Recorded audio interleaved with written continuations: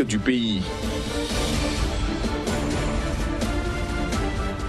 Et puis au Burkina Faso, la croissance sera finalement de 4% cette année contre une prévision initiale de 5%, un recul essentiellement lié à la chute des prix du coton. Voilà pour les titres, bienvenue à tous. Au Togo, le Haut Conseil pour la mer, une structure étatique mise en place en 2014 pour mieux organiser et coordonner les services du secteur maritime, a tenu sa rencontre annuelle vendredi dernier à Lomé. Lors de cette rencontre, un projet de stratégie nationale pour la mer et le littoral défini en 5 axes, dont celui du développement d'une économie bleue, a été présenté. Le point avec Ferdinand Gadé, notre correspondant au Togo. Comment pouvons-nous faire pour mieux gérer notre espace maritime et surtout comment les autres font pour mieux gérer leur espace maritime? La recherche de la réponse à cette préoccupation du chef de l'État togolais a conduit en 2014 à la création du Haut Conseil pour la mer. Cette institution qui a pour mission principale de mieux organiser et de mieux coordonner les services qui ont compétence sur le domaine maritime togolais a tenu vendredi dernier sa réunion annuelle. J'ai entendu écouter avec beaucoup de bonheur et d'attention le premier rapport d'activité présenté par le conseiller pour la mer. Et je voudrais, au nom du Haut Conseil, féliciter les membres du Conseil pour la mer et toutes les administrations qui ont travaillé depuis 1 an. Je sais qu'ils travaillent encore avec des outils ou des instruments insuffisants, imparfaits. Notre cadre législatif et réglementaire doit encore être renforcé. Plusieurs communications ont enrichi cette deuxième réunion du Haut Conseil pour la mer, dont celle du projet de la stratégie nationale pour la mer et le littoral a été présentée par le Premier ministre. En cours d'élaboration, ce projet prévoit 15 actions sur la plateforme maritime togolaise réparties sous 5 axes prioritaires qui sont résumés ici par le conseiller à la mer du président Faure Gnassingbé. Renforcer la gouvernance maritime, développer une économie bleue, protéger durablement l'environnement marin, promouvoir la recherche et la sensibilisation dans la connaissance du domaine maritime et enfin, développer une coopération internationale dynamique et diversifiée. C'est un projet sur lequel le chef de l'État togolais a invité les partenaires techniques, la société civile, même la presse à apporter leur amendement avant qu'il ne soit définitivement adopté par le gouvernement. Addis Abeba a inauguré dimanche son premier tramway, une infrastructure largement financée par des fonds chinois et considérée comme une étape majeure dans le développement économique de l'Éthiopie. Voici les images. Les 2 lignes de 34 km, construites par une entreprise chinoise d'une capacité de 60 000 passagers par jour, ont coûté 475 millions de dollars. Avant même la coupure de ruban, ils étaient plusieurs centaines de personnes qui attendaient déjà en file indienne de pouvoir monter dans les premières rames blanches et vertes du premier tramway moderne d'Afrique subsaharienne. Le nouveau tramway doit permettre de décongestionner la capitale éthiopienne, dans laquelle les transports publics des 5 millions d'habitants sont assurés par des bus hors d'âge et des minibus privés, notoirement inconfortables. Nous allons pouvoir nous le payer et nous allons gagner du temps. C'est très important. Avant, lorsqu'on attendait pour un taxi, il y avait une longue queue. On devait attendre 3 à 4 heures. Maintenant, nous n'avons plus besoin d'attendre et nous serons à l'heure au travail. Je souffre des moyens de transport. J'habite loin. Je devais prendre un taxi et il y avait beaucoup de bousculades et de bagarres. Le tramway d'Addis Abeba est présenté comme un projet phare de la stratégie de développement du gouvernement éthiopien. Ce dernier multiplie les grands chantiers, voies ferrées, autoroutes, barrages hydroélectriques. C'est un train très moderne qui servira la capitale éthiopienne et la capitale de l'Afrique.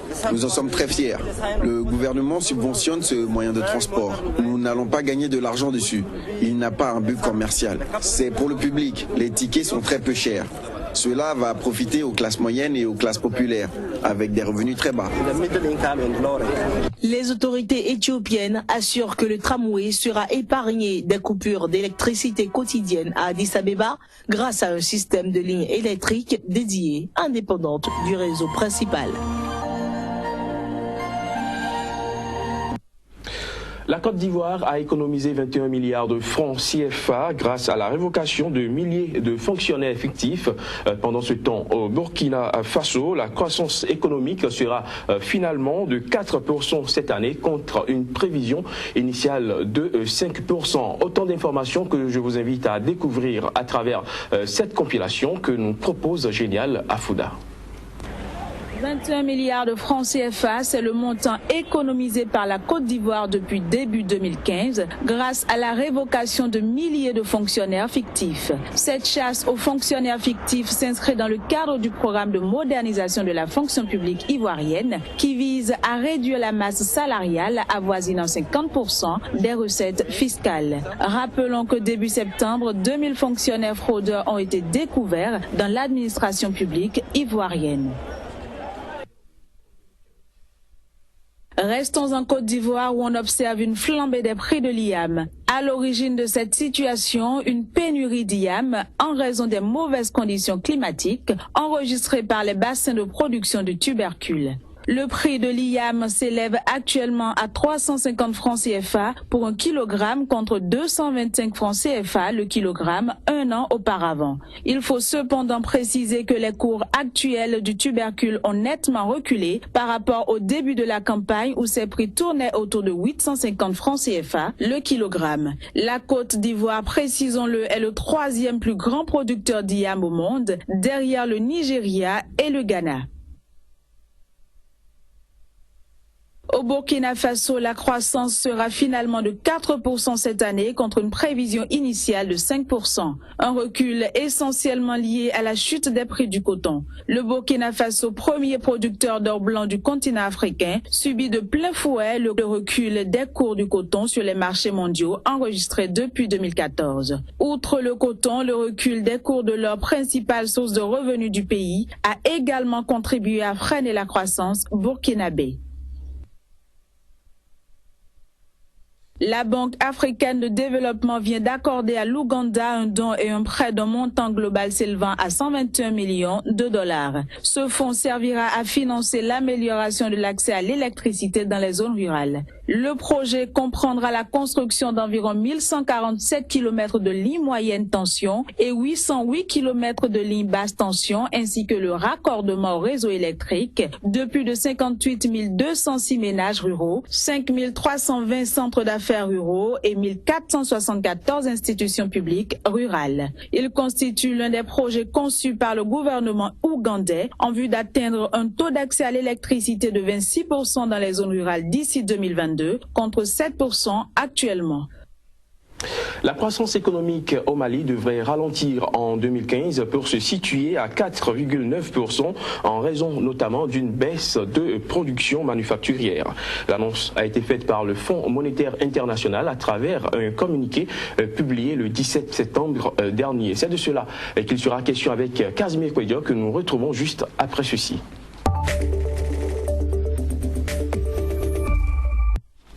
Casimir Kouedio, bonjour. Bonjour Emmanuel. Alors, la croissance économique malienne connaît un ralentissement. C'est bien ça. Le Fonds monétaire international vient de boucler son expertise dans ce pays et bien dans d'autres pays aussi de l'Afrique. Et donc, à l'issue des consultations, à l'issue de la collecte et du traitement des informations économiques sur le Mali, il s'est avéré que 2015 devrait connaître un ralentissement du PIB de ce pays et se stabiliser autour de 4,9% comme vous l'annonciez tantôt. Donc voilà l'information qui nous est directement venue de Bamako par cet temps qui court. Alors selon le FMI, ce ralentissement est dû à une baisse de la production manufacturière du pays. Que devons-nous savoir concrètement? Alors lorsqu'on parle de l'industrie manufacturière, c'est ni plus ni moins le sous-secteur secondaire, c'est-à-dire tout ce qui concerne ici la production semi-industrielle. Cela concerne les industries de textile. Vous n'êtes pas sans savoir que le Mali aujourd'hui est un pays qui produit beaucoup de bassins, beaucoup d'artisans travaillent le textile donc dans ce pays. Il y a aussi la production du cuir, la production des chaussures, donc le secteur de l'artisanat est très développé dans ce pays-là. Donc c'est tout un ensemble de secteurs, de sous-secteurs aujourd'hui qui composent la production manufacturière, et donc cette industrie, cette main-d'œuvre est en nette régression au niveau du Mali. Pour quelles raisons? Certainement le coût élevé des matières premières est aussi frappé par la crise économique internationale. Donc l'activité a dû connaître un ralentissement au cours de 2015.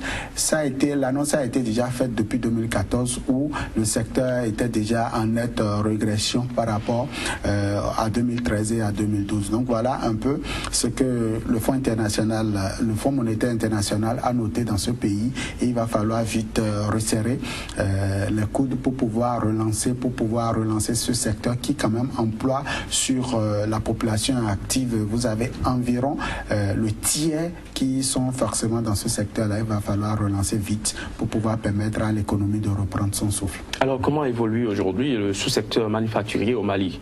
Alors ce secteur-là, comme je le disais tantôt, emploie environ le tiers de la population active et permet au Mali de disposer pas mal d'articles sur le marché. C'est aussi ce secteur-là qui permet aujourd'hui au Mali d'assurer la sécurité alimentaire lorsque nous prenons le secteur de l'agroalimentaire. C'est aussi ce secteur-là qui permet aujourd'hui au Mali d'exporter un tant soit peu certains biens au niveau du pays à travers l'UEMOA. Donc c'est un secteur qui aujourd'hui offre beaucoup plus d'opportunités que l'État n'offre aux travailleurs de ce pays. Donc forcément c'est un sous-secteur qui est en vogue, qui est en nette progression par rapport aux autres secteurs, à savoir le primaire et le tertiaire, qui aujourd'hui peinent toujours à offrir leur marque de fiabilité à l'économie nationale. Alors devant une telle situation, quelles sont aujourd'hui les perspectives économiques qui s'offrent au Mali? Alors il faut dire que lorsque nous sautons, nous enlevons les verrous politiques, à savoir la question de la sécurité dans ce pays, parce que vous n'êtes pas sans savoir que c'est un pays qui sort fraîchement d'une crise politique. Lorsque nous enlevons ces facteurs-là de côté, c'est que 2016 s'annonce très prolifique pour le Mali. 2016, il va falloir, comme le FMI l'a recommandé à l'État, il va falloir resserrer un peu les réformes pour pouvoir permettre d'alimenter la coopération entre le privé et le public à travers le climat des affaires dans ce pays-là. Il va falloir que l'État soutienne les ménages à travers des politiques d'accompagnement du sous-secteur de la production. Il y a aussi les récoltes qui sont bien annoncées dans ce pays-là à travers les réformes que l'État compte améliorer. Donc forcément 2016 s'annonce prolifique pour le Mali, et à cela les réformes déjà engagées pour ramener la production, surtout le sous-secteur de la production manufacturière, tout ça combiné donnera